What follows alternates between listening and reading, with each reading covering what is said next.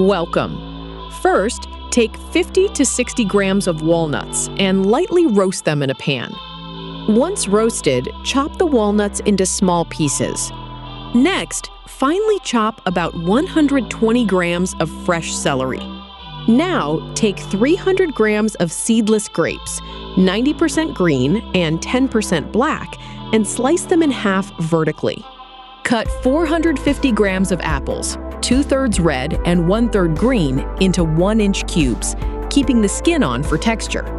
Put all the chopped ingredients into a large bowl. Add the chopped walnuts, a half teaspoon of black pepper powder, 1/4 to half teaspoon of salt, and 3 to 4 teaspoons of honey to the bowl. Squeeze the juice of 1/2 a lemon. Then add 2 to 3 tablespoons of yogurt and 3 to 4 tablespoons of mayonnaise to make the dressing. Mix everything together thoroughly so all the ingredients for the dressing coat the fruits and nuts well. स्वागत है। सबसे पहले 50-60 ग्राम अखरोट लें और उन्हें एक pan में हल्का भून लें।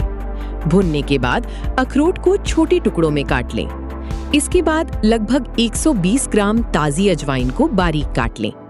अब 300 ग्राम बीज रहित अंगूर लें, 90% हरे और 10% काले, और उन्हें लंबवत आधा काट लें। 450 ग्राम सेब, 2/3 लाल और 1/3 हरे को 1 इंच के टुकड़ों में काट लें। कुरकुरेपन के लिए छिलका ना उतारें।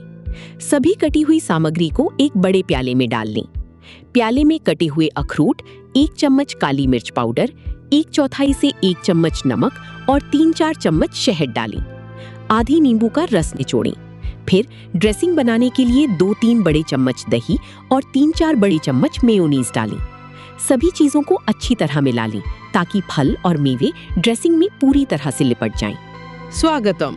प्रथमे 50 रु 60 ग्राम अखरोट नियंतु एवं सेगुडी को एक पैन रे हालुका भाजंतु।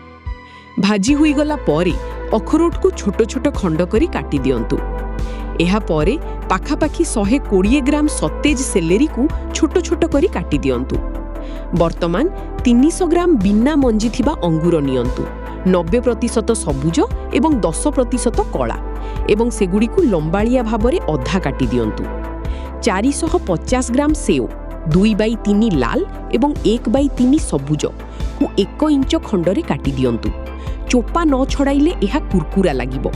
समस्त कटा हुईथिबा सामग्री को एक बड़ पात्र रे रखंतु। पात्र रे कटा हुईथिबा अखरोट, 1/2 चामच गुलमरीच गुंड, 1/4 रु 1/2 चामच लूण एवं 3-4 चामच महू पकांतु। 1/2 लेंबुर रस चिपुड़ी दियंतु। तापरे ड्रेसिंग प्रस्तुत करिबा पई 2-3 बड़ चामच दही एवं 3-4 बड़ चामच मेयोनीज पकांतु। सबु किछि भल्लो भाबरे गुळाई दियंतु, जहा फଳରେ फଳ एवं बादाम ड्रेसिंग रे संपूर्ण भाबरे मिसी जिवो।